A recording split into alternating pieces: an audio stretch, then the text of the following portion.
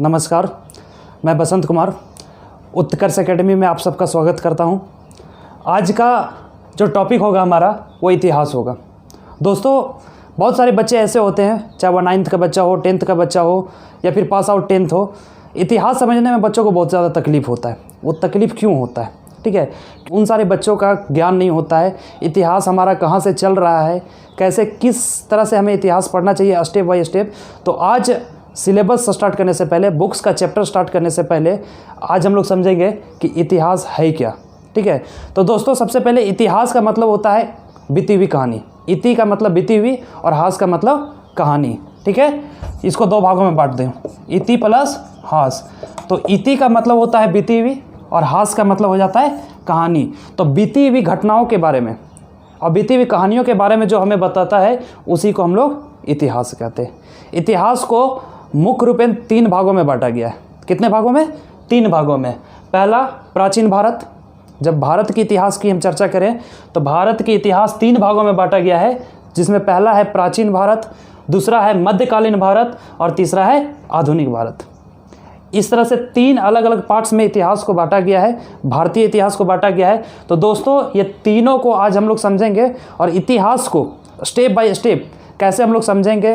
जैसे class 10th के हम लोग कई चैप्टर्स इसी के रिलेटेड मिलेंगे। अभी जैसे जब मैं मध्यकालीन भारत पढ़ाऊंगा या फिर आधुनिक भारत के बारे में बताऊंगा तो वहाँ से मैं कोरिलेट करके बताऊंगा कि कैसे जो 9th और 10th के कुछ चैप्टर्स जो है वो यहाँ से मिलते हैं। तो सबसे पहले मुझे समझना होगा या फिर हम सबको समझना होगा कि ये तीनों इतिहास है क्या। प्राचीन भारत में हमें किस चीज़ की चर्चा करनी है, मध्यकालीन भारत में किसकी चर्चा करनी है और आधुनिक भारत में किसकी चर्चा करनी है। तो दोस्तों सबसे पहले हम लोग चर्चा करेंगे प्राचीन भारत की।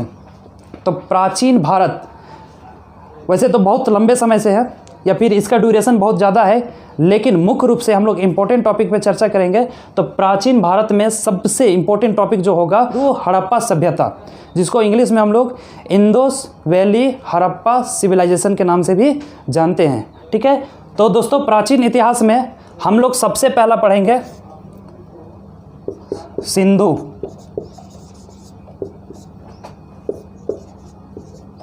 हड़प्पा सभ्यता, जिसको भारत की सबसे पुरानी सभ्यता भी कहा जाता है। ठीक है दोस्तों, हिंदू हड़प्पा सभ्यता जो है वो भारत की सबसे पुरानी सभ्यता है।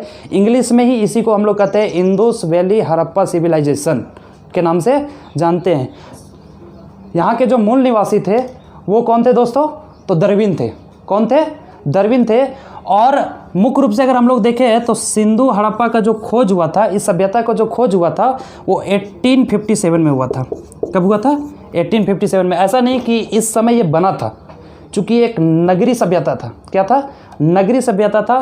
काफ़ी लंबे समय से, काफ़ी पुराने समय से यह था, लेकिन सबसे पहला इसको देखा गया था 1857 ईस्वी में। किनके द्वारा?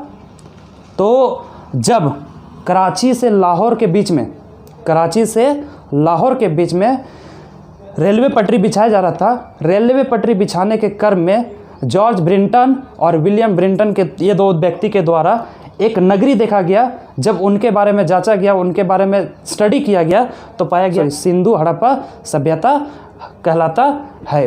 वैसे तो अगर हम लोग देखा जाए तो भारत में सबसे पहले रेलवे सन 1853 ईस्वी में लॉर्ड डलहौजी के शासनकाल में ही बिछाया गया था, लेकिन धीरे धीरे जब ये काम चल रही थी, आगे प्रोसेस की ओर जा रही थी, उसी समय 1857 ईस्वी को इस सभ्यता की खोज हुई थी। और यहाँ पे सबसे पुरानी सभ्यता के नाम से इसे जानते हैं हम लोग। रहने वाले व्यक्ति कौन थे? तो भारत के मूल निवासी द्रविड़ लोग थे। कौन थे? भारत के मूल निवासी द्रविड़ थे। ठीक है, इसके आगे अगर हम लोग चलेंगे दोस्तों, ठीक है, तो लगभग आज से 3200 साल पहले, कितने? 3200 साल पूर्व, 3200 वर्ष अगर पूर्व हम लोग चर्चा करें तो आर्यंस आए थे। कौन आए थे? आर्यंस आए थे। कहाँ से आए थे? तो इटली से आए थे। जब इनका अंत हुआ दोस्तों, सबसे पहले आर्यंस के आने से पहले एक चीज़ हम लोग समझते हैं कि सिंधु और हड़प्पा ये जो 2 शहर थे वो इसका अंत कैसे हुआ। तो कहा जाता है, ऐसा कहीं इतिहास में कोई मेंशन नहीं है, एग्जैक्ट इसका कारण पता नहीं चला आज तक। कहीं कहा गया है कि नदी में बाढ़ आने के कारण इसकी समाप्ति हो गई या फिर ये सभ्यता ख़त्म हो गया। तो कई तरीके से अलग अलग इतिहास में अलग अलग तरीके से बताया जाता है। इस तरह से जब सिंधु और हड़प्पा सभ्यता का अंत हुआ, उसके बाद आज से लगभग 3200 वर्ष पहले आर्यंस का आगमन हुआ। कहाँ? हमारे भारत में। और उन्होंने आर्यंस जो आए वो किसकी स्थापना की है? तो वैदिक सभ्यता की। किसके की है? वैदिक सभ्यता का। ध्यान रखिएगा, ये सिंधु हड़प्पा सभ्यता जो था वो एक नगरी सभ्यता था, जबकि वैदिक सभ्यता जो था वो एक ग्रामीण सभ्यता था। जब यहाँ आए, इन्हीं के द्वारा भारत को 16 महाजनपद में बांटा गया था।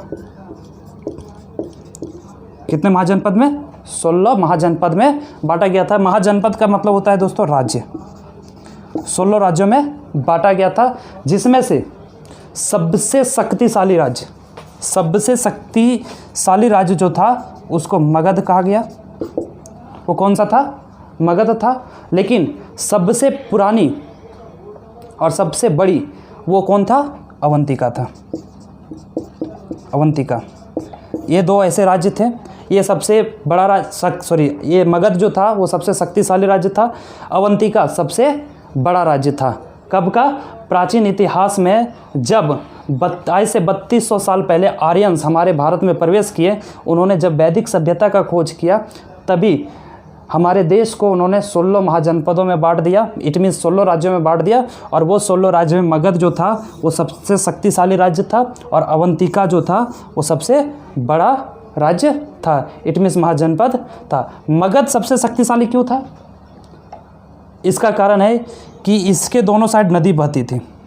मगध राज्य जो थी उसके दोनों साइड नदी बहती थी, और नदी बहने के कारण यहाँ पे अच्छे ढंग से खेती हो जाती थी। प्लस में इसके चारों ओर जंगल थे, और उन जंगल के ज़रिए यहाँ के लोग जो थे उनको लकड़ी मिल जाती थी आसानी से। कई जानवरों का वे लोग प्रयोग करते थे युद्ध में। इस तरह से यह जो मगध जो था वो शक्तिशाली एक राज्य बन गया।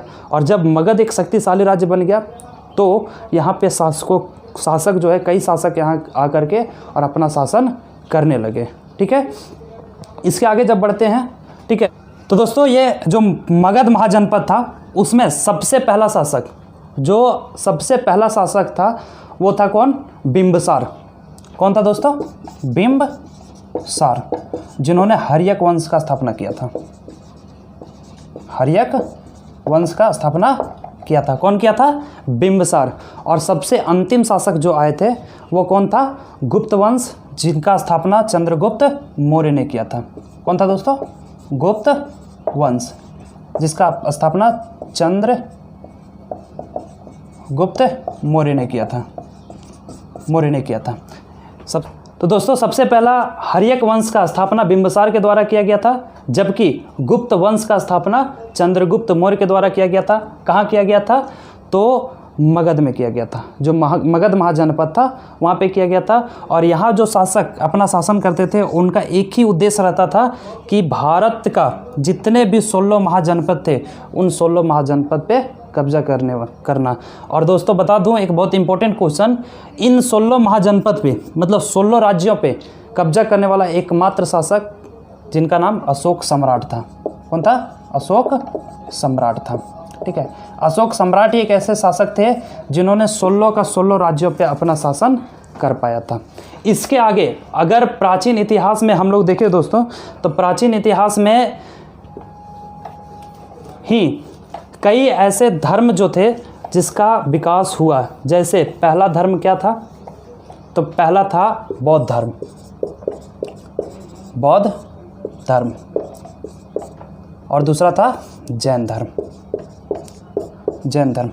ये दो धर्म थे जो हमारे भारत के प्राचीन इतिहास में जिसकी प्रारंभ हुई। बौद्ध धर्म का स्थापना गौतम बुद्ध के द्वारा किया गया था, जबकि जैन धर्म का स्थापना ऋषभदेव के द्वारा किया गया था। लेकिन ये दोनों में अंतर क्या है?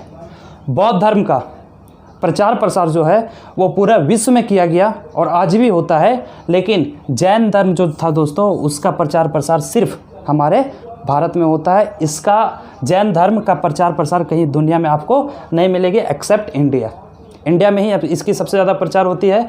तो और इनके जो भगवान हैं उनको भगवान महावीर कहा जाता है। अलग बात है कि जैन धर्म के संस्थापक ऋषभदेव थे, लेकिन सही रूपेण भगवान जो है भगवान महावीर का दर्जा को माना गया है जैन लोगों के द्वारा। क्यों? क्योंकि भगवान महावीर जो थे वो जैन धर्म के 24वें तीर्थंकर थे, और 24वें तीर्थंकर होने के साथ साथ ये इन्होंने भारत में सबसे ज़्यादा जैन धर्म का प्रचार किए थे। इट मीन्स जैन का एक जो विस्तृत रूप दिए थे वो कौन दिए थे? तो महावीर भगवान दिए थे। इसलिए जैन जो है वो सबसे ज़्यादा पूजा न कि ऋषभदेव की बल्कि जैन महावीर भगवान की पूजा करते हैं। ठीक है। इसके अलावा आगे अगर देखा जाए तो प्राचीन भारत में ही वेदों का खोज हुआ था, वेदों की चर्चा की गई थी। वेदों का मतलब ज्ञान की चर्चा की गई थी। वेद मतलब दोस्तों ज्ञान होता है, ज्ञान। ठीक है। और वेद कितने हैं आप जानते हैं? वेद 4 हैं। पहला है ऋग्वेद, ऋग्वेद, और दूसरा है सामवेद, सामवेद, तीसरा है अजुर्वेद। क्या है दोस्तों? अजुर्वेद। ठीक है। और चौथा है, चौथा क्या है? तो अथर्ववेद है, अथर्ववेद, अथर्ववेद। ठीक है। ये 4 वेद हैं जिनको ज्ञान के नाम से जाना जाता है। इनकी खोज प्राचीन भारत में ही हो गई थी। इन चारों वेदों का खोज हो गया था। अलग अलग वेद को अगर हम लोग पढ़ेंगे पार्टिकुलरली, जब मैं अगला वीडियो डालूंगा, तो किस वेद से क्या लिया गया है। जैसे अथर्ववेद जो है वहाँ से जो जादू टोना और टोटका वाला शिकायत जो हमारे इंडिया में है वो किस वेद से लिया गया है? तो अथर्ववेद से लिया गया है। चलिए, ये थी प्राचीन इतिहास दोस्तों। अब अगर इसके आगे हम चर्चा करें तो इसके आगे हम लोग चर्चा करेंगे मध्यकालीन इतिहास का। किसका? मध्यकालीन इतिहास। अभी हम लोग देखें कि प्राचीन इतिहास जो भारत का था, मध्यकालीन इतिहास नहीं बल्कि यहाँ पे मध्यकालीन हम लोग भारत के बारे में चर्चा करेंगे। तो प्राचीन भारत में क्या था? सबसे पहले सिंधु और हड़प्पा सभ्यता के बारे में हम लोग पढ़े, फिर धार्मिक आंदोलन के बारे में पढ़े जहाँ पे 2 धर्म के बारे में हम लोग पढ़े, एक बौद्ध धर्म, दूसरा जैन धर्म। और उसी में जो वेदों का खोज हुआ था, जो वेदों का ज्ञान की प्राप्ति हुई थी या फिर वेदों को लिखा गया था, उसके बारे में चर्चा हम कहाँ करते हैं? तो प्राचीन भारत में करते हैं। मध्यकालीन भारत 712 ईस्वी से शुरू होता है दोस्तों। कब से शुरू होता है? 712 ईस्वी से। इस बीच में मोहम्मद गजनवी, मोहम्मद गौरी, ये सब ऐसे शासक आए जिन्होंने भारत पे कई बार आक्रमण किया। ठीक है। और इसी तरह से भारत पे आक्रमण करके भारत को लूटने का कोशिश किया। अलग अलग शासक आए जिन्होंने लूटने का कोशिश किया। लेकिन जो इसका मुख्य टॉपिक है उसमें हम लोग चर्चा करेंगे सबसे पहले दिल्ली सल्तनत का। दिल्ली सल्तनत। दूसरा इसमें चर्चा करेंगे मुगल शासक। क्या पढ़ेंगे? मुगल शासक, जिसको हम लोग मुगल काल के नाम से जानते हैं, मुगल काल। और तीसरा पढ़ेंगे यूरोपियन कंपनी और अंग्रेजों का आना। यूरोपियन व अंग्रेजों का भारत में आगमन, भारत में आगमन। ठीक है। तो दिल्ली सल्तनत, मुगल काल और यूरोपियन कंपनी व अंग्रेज़ों का भारत में आना। मध्यकालीन में हम लोग ये 3 टॉपिक पे चर्चा करेंगे। ये 3 टॉपिक में से सबसे पहले हम लोग चर्चा करेंगे दिल्ली सल्तनत का। तो दिल्ली सल्तनत में देखते हैं दोस्तों कौन कौन सा शासक आए और किस वंश का स्थापना किया था। तो सबसे पहले हम लोग चर्चा करेंगे दिल्ली सल्तनत के बारे में। किसके बारे में? दिल्ली सल्तनत के बारे में। सल्तनत। तो दिल्ली सल्तनत में सबसे पहले गुलाम वंश आया। कौन सा आया? गुलाम वंश आया। ठीक है। ये कब आया था? 1206 से दोस्तों कब आया था? 1206 से 1290 ईस्वी तक। 1290 ईस्वी तक। गुलाम वंश के बाद क्या आया? खिलजी वंश आया, जो 1290 से 1320 ईस्वी तक चला था। खिलजी वंश, खिलजी वंश आया जो 1230 से 1200 1390 से 1320 ईस्वी तक चला था। उसके बाद खिलजी वंश के बाद तुगलक वंश आया। कौन आया? तुगलक वंश आया, जो 1320 से 1414 ईस्वी तक चला था। कब से? 1320 से 1414 ईस्वी तक। अगला जो आया वो है सैयद वंश। कौन आया? सैयद वंश आया, जो 1414 ईस्वी से 1451 ईस्वी तक चला। 1414 से 1451 ईस्वी तक चला। और सबसे अंतिम दिल्ली सल्तनत में जो सबसे अंतिम वंश था वो क्या था? लोधी वंश था।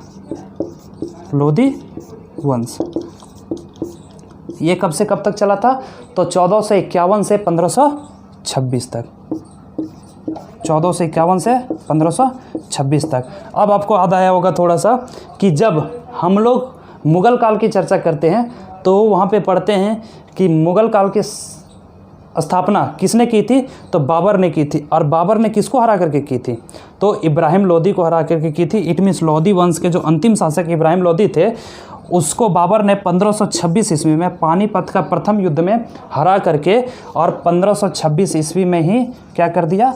मुग़ल एम्पायर की स्थापना कर दी। तो ये है दिल्ली सल्तनत। दोस्तों देखिए, अभी मैं बताया मध्यकालीन भारत जो है वो 712 ईस्वी से शुरू हो जाता है। कब से? 712 ईस्वी से। लेकिन इस बीच कई ऐसे शासक आए जिन्होंने भारत पे कई बार आक्रमण किया। जैसे मोहम्मद गौरी आए, मोहम्मद गजनवी आए, जिन्होंने 17 बार भारत पे आक्रमण किया। इसी तरीके से कई ऐसे शासक थे जो भारत पे अपना शासन व्यवस्था लागू करने की कोशिश किया। अंततः गुलाम वंश का स्थापना कब हो पाया? 1206 ईस्वी में, जो 1206 से 1290 ईस्वी तक चला था। खिलजी वंश का स्थापना हुआ। खिलजी वंश 1290 से 1320 तक चला था। तुगलक वंश 1320 से 1414 तक चला था। सैयद वंश जो 1414 से 1451 तक चला था। और लोधी वंश जो दिल्ली सल्तनत का सबसे लास्ट जो शासक था, ठीक है, जो लोधी वंश था, इब्राहिम लोधी को हरा करके बाबर ने 1526 ईस्वी में किसका स्थापना कर दिया?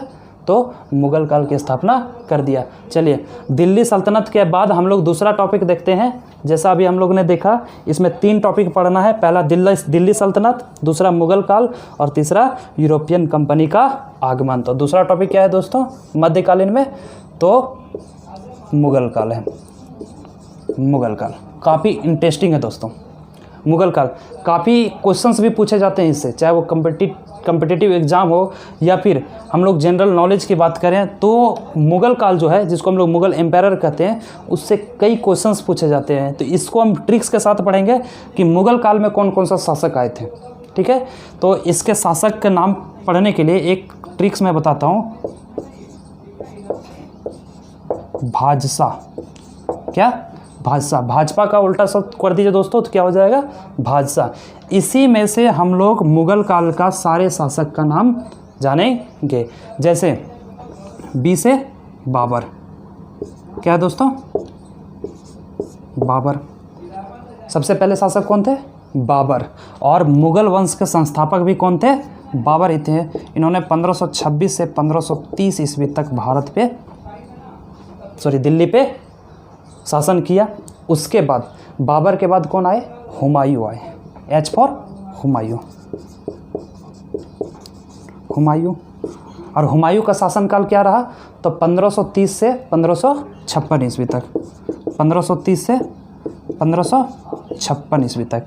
इसके बीच में दोस्तों ध्यान रखिएगा, इसके बीच में 1540 ईस्वी में, 1540 से 1555 ईस्वी के बीच में हुमायूं को हरा करके शेरशाह सूरी ने शासन कर लिया था।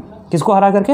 हुमायूं को हरा करके। इट मीन्स देखा जाए तो 1530 से 1540 तक हुमायूं किया, फिर 1540 से 1555 ईस्वी तक किन्होंने किया? तो शेरशाह सूरी ने किया। और पुनः 1555 में फिर से युद्ध लड़ा और हुमायूं के वहाँ विजय हुई। और फिर से 1555 में गद्दी पे कौन बैठा? हुमायूं बैठा। और 1556 में हुमायूं की मृत्यु हो गई। और मृत्यु हो गई तो उसके बाद इसका अगला शासक कौन हुए? तो अकबर हुए। अकबर हुए। दोस्तों मैं बता दूं कि हुमायूं के बीच में या 1540 से 1555 के बीच में जो शेरशाह सूरी आए थे, आपने नाम सुना है GT road, grand trunk road. ठीक है, जो भारत से पाकिस्तान तक जाती है, उस जीटी रोड का निर्माण किन्होंने करवाया था? शेरशाह सूरी ने ही करवाया था। चलिए देखते हैं आगे, अकबर का शासनकाल क्या था? तो अकबर का शासनकाल 1556 से कितना था? 1556 से 1605 ईस्वी तक। कितना था दोस्तों? 1556 से 1605 ईस्वी तक। और इसके बाद के जो शासक थे, ए फॉर अकबर हो गया, जे फॉर जहांगीर। जहांगीर, अब जहांगीर का शासनकाल कितना था? तो 1605 ईस्वी से 1627 ईस्वी तक। 1605 से 1627 ईस्वी तक ये जहांगीर का शासनकाल था। उसके बाद जहांगीर के बाद कौन आए? शाहजहां आए। कौन आए? शाहजहां आए। शाहजहां का शासनकाल क्या था? तो 1627 से 1667 ईस्वी तक। 1627 से 1667 ईस्वी तक। और इसके बाद जो शासक आए थे वो कौन थे? B for Babar, H for Humayun, A for Akbar, J for Jahangir, S for Shahjahan. और जो अंतिम शासक बच रहे हैं वो थे औरंगजेब।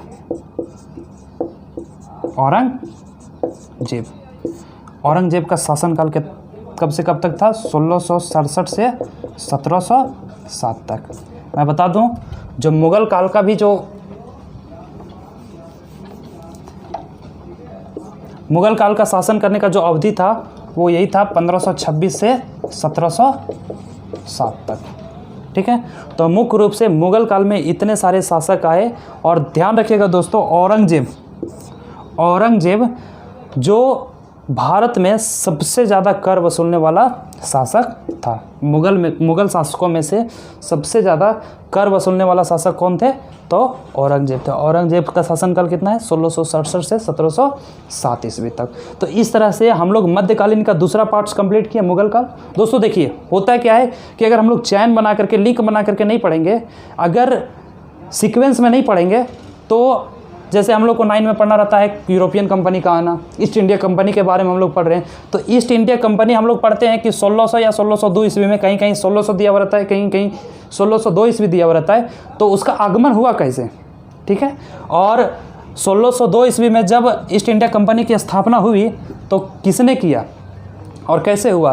तो जब तक हम लोग इतिहास को सीक्वेंस में नहीं समझेंगे, तब तक हम लोग अगर इतिहास की चैप्टर्स पढ़ने की कोशिश करेंगे तो वो बाउंस कर जाएगा। अमूमन होता है, आमतौर पे देखा जाता है कि कई ऐसे स्टूडेंट्स का शिकायत होता है कि सर मुझे एसएसटी समझ में ही नहीं आता, मुझे इतिहास समझ में नहीं आता, मुझे सिविक्स समझ में नहीं आता है। मेरा मानना है, अपना मानना है, और मेरा एक सजेशन है दोस्तों, अगर ऐसा कंडीशन आपके साथ भी है तो आप सबसे पहले उसके जड़ के पास जाएँ और शुरू करें और सीक्वेंस में आप पढ़ना शुरू करें। सीक्वेंस से पढ़ें, तब जा करके आपको इतिहास समझ में आएगा। इतिहास को अगर एट अ टाइम आप बीच से उठा करके पढ़ना शुरू कर दिए तो दोस्तों इतिहास कभी समझ में नहीं आएगा। तो चलिए, मध्यकालीन का दूसरा टॉपिक मुगल काल इस तरह से था। दोस्तों यहाँ पे मैं सिर्फ आपको एक तरीका बता दे रहा हूँ कब कब क्या आया। इसका मैं जब वीडियो बना करके डालूँगा अलग अलग, जैसे प्राचीन भारत का अलग से डालूंगा, ठीक है, उसी तरह से मध्यकालीन भारत का अलग से डालूंगा। उसके बाद इसके बाद जो हम लोग पढ़ेंगे मध्यकालीन के बाद आधुनिक भारत, उसका मैं अलग वीडियो बनाऊंगा। लेकिन अभी इसमें मैं इतिहास का परिचय दे रहा हूँ, मतलब भारत का जो इतिहास है, चाहे वह प्राचीन इतिहास हो, मध्यकालीन इतिहास हो या फिर आधुनिक इतिहास हो, कौन कौन सा वंश आए, किस तरह से आए, कब आए, बस इसी की चर्चा मैं इस वीडियो में कर रहा हूँ। तो चलिए देखिए, तीसरा क्या था मुगल काल के बाद? तो तीसरा था यूरोपियन कंपनी का आगमन। यूरोपियन कंपनी व अंग्रेजों का आगमन। दोस्तों देखिए,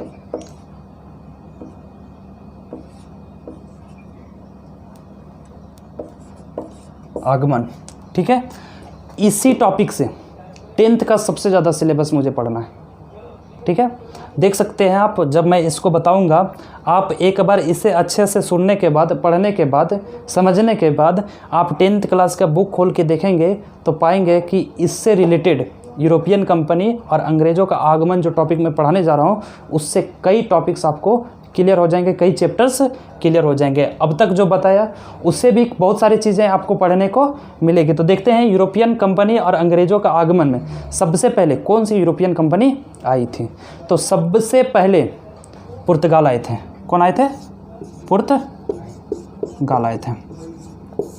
कब आए थे? 1498 ईस्वी में, 1498 ईस्वी। कब आए थे? 1498 ईस्वी में। ध्यान रखिएगा 1498 ईस्वी में आए थे। तो उस समय दिल्ली पे किसका शासक था? तो मुग़लों से पहले किनका शासक था? ठीक है, तो हम लोग पढ़े कि अभी मुग़लों से पहले किसका था? तो अलग अलग वंश था, लोधी वंश था, सैयद वंश था, तुगलक वंश था, खिलजी वंश था, गुलाम वंश था। इन सारे शासकों का शासन था। ठीक है, तो सबसे पहले जो यूरोपियन कंपनी था वो कौन थे? पुर्तगाल थे। और सबसे पहले पुर्तगाली कौन थे? भारत आने वाले सबसे पहले पुर्तगाली कौन थे? तो आपने नाम सुना है, वो थे Vasco D gamma. Vasco D gamma पहले पुर्तगाली। भारत आने वाले सबसे पहले पुर्तगाली कौन थे? वास्को डी गामा थे। उसके बाद पुर्तगालियों के बाद चर्चा करें तो दोस्तों कौन आए थे? तो डच आए थे। कौन आए थे? डच आए थे। और सबसे पहले भारत में सबसे पहले आने वाले डच का नाम क्या था? तो कार्नेलिस हडस्टमान था। क्या था? कार्नेलिस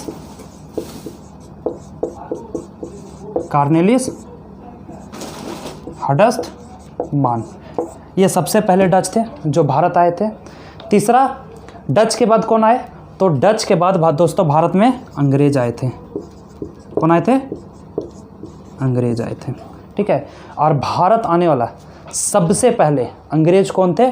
तो उनका नाम है विलियम हॉकिंस। कौन है? विलियम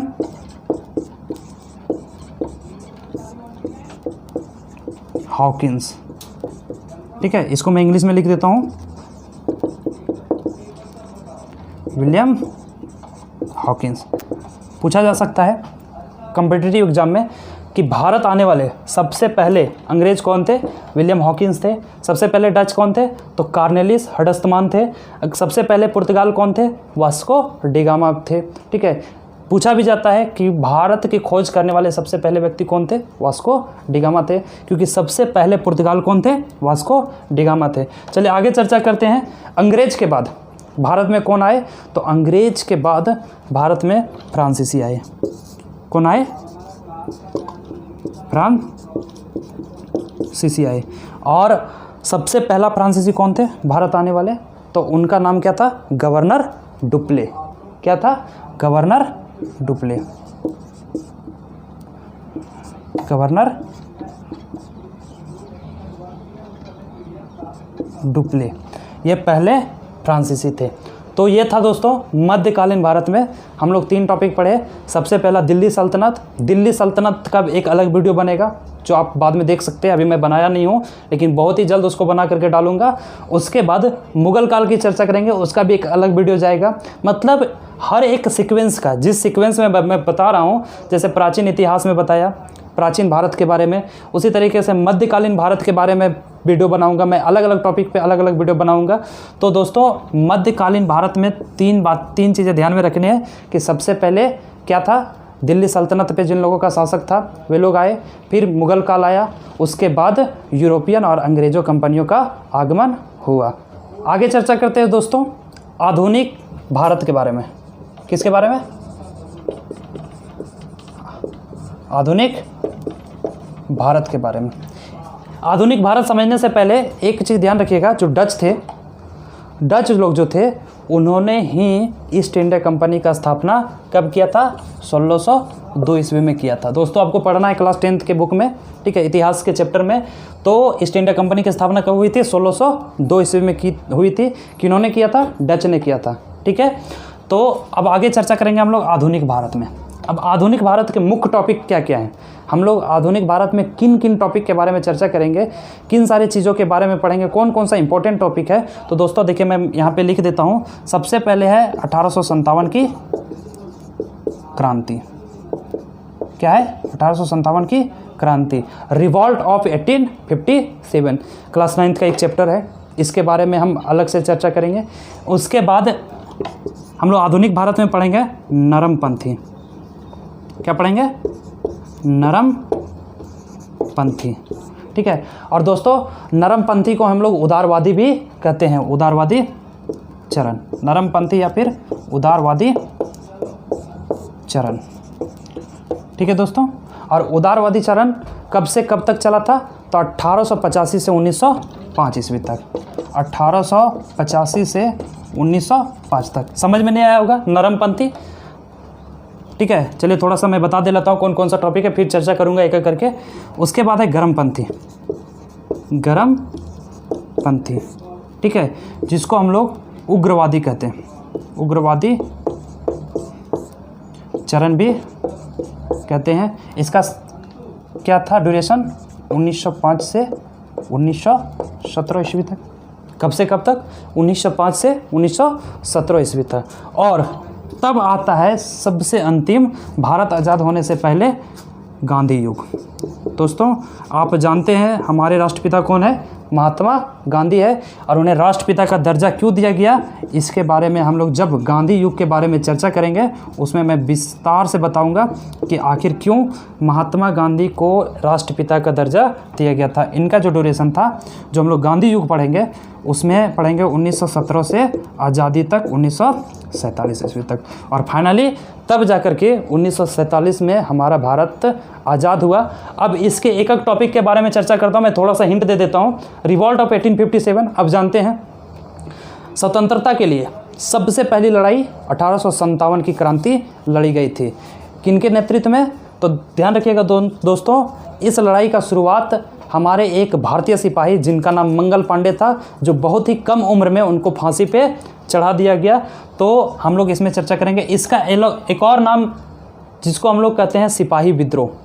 ठीक है, 1857 की क्रांति को ही हम लोग सिपाही विद्रोह के नाम से जानते हैं। तो इसका हम जब वीडियो बना के डालूंगा, ठीक है, तो मैं इसके बारे में विस्तार रूप से चर्चा करूंगा। उसके बाद देखिए दो शब्द आ रहे हैं, नरमपंथी और गरमपंथी।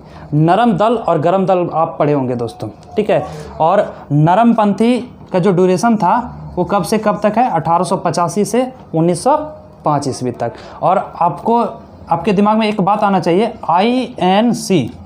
क्या दोस्तों? INC, Indian national Congress. It means Congress की स्थापना कब हुई थी? 1885 ईस्वी में हुई थी। और जब कांग्रेस की स्थापना हुई तो वहीं पे दो दल की बंटवारा हुआ था, जिसको नरम दल और गरम दल में बांटा गया था। तो नरमपंथी में वैसे नेता थे जो किसी तरह का हिंसा नहीं चाहते थे, वैसे नेता किस में थे? नरमपंथी में थे। और गरमपंथी दोस्तों आप जानते हैं, ठीक है, जो बातों से नहीं बल्कि लातों से समझाना चाहते हैं। आगे है गरमपंथी, जिसको उग्रवादी चरण कहा जाता है। तो इसका जो ड्यूरेशन है दोस्तों वो है 1905 से 1917 ईस्वी में। और 1905 की जो मुख्य घटना है वो क्या है? बंगाल की विभाजन, बंगाल विभाजन। और जब हम लोग गरमपंथी की चर्चा करेंगे तो विशेष रूप से हम लोग यही बंगाल के विभाजन के बारे में चर्चा करेंगे। और सबसे अंतिम जो आधुनिक भारत का, उसमें हम लोग चर्चा करेंगे गांधी युग के बारे में, जो गांधी युग का ड्यूरेशन रहा था 1917 से 1947 ईस्वी में, जब महात्मा गांधी साउथ अफ्रीका से उच्च शिक्षा प्राप्त करके भारत लौटे थे। उसके बाद भारत को आज़ाद कराने के लिए क्या क्या आंदोलन किए, कौन कौन से संस्था का स्थापना किया, इसके बारे में हम लोग गांधी युग में चर्चा करेंगे। और तब जाकर के फाइनली 1947 ईस्वी में हमारा भारत को आज़ादी मिला था। तो इस तरीके से हमारा जो इतिहास है वो पढ़ने का सीक्वेंस है, पहले प्राचीन इतिहास, फिर मध्यकालीन, फिर आधुनिक इतिहास। तो चलिए आगे मिलेंगे दोस्तों सारे टॉपिक का एक एक करके वीडियो के साथ। तब तक के लिए जय हिंद, गुड लक।